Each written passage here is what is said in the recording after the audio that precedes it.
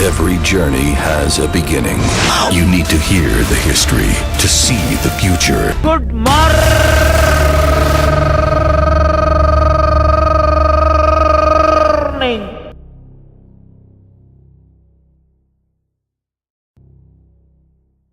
On this wild scene over the Chicago River, a famous stuntman tries to cross a high wire on a very strange contraption.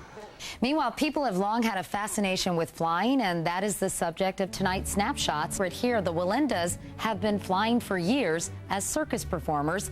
Today, 66-year-old Mario Wallenda continued that tradition. Though paralyzed more than 40 years ago in a high-wire accident, he managed to cross the Chicago River today in a specially designed electric-powered sky cycle. The Chicago River became the center ring in a dangerous open-air circus act. The star was Mario Wallenda, trying to cross the Chicago River on a tightrope, even though he's paralyzed. My dad's probably in heaven wondering why in the world it took me so long to do this. But again, he wanted me to do this 40-odd years ago, right after I got out of the hospital.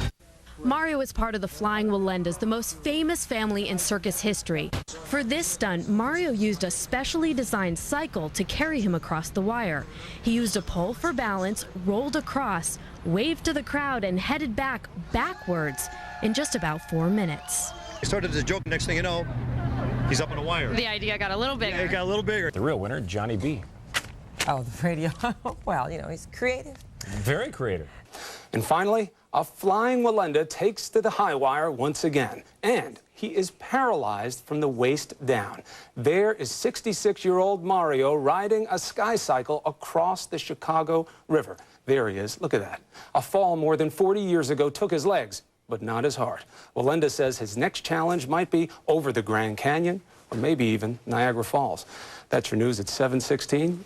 You show every time you think you can't do something, just think about him. That's that right. Sure in the family's genes there.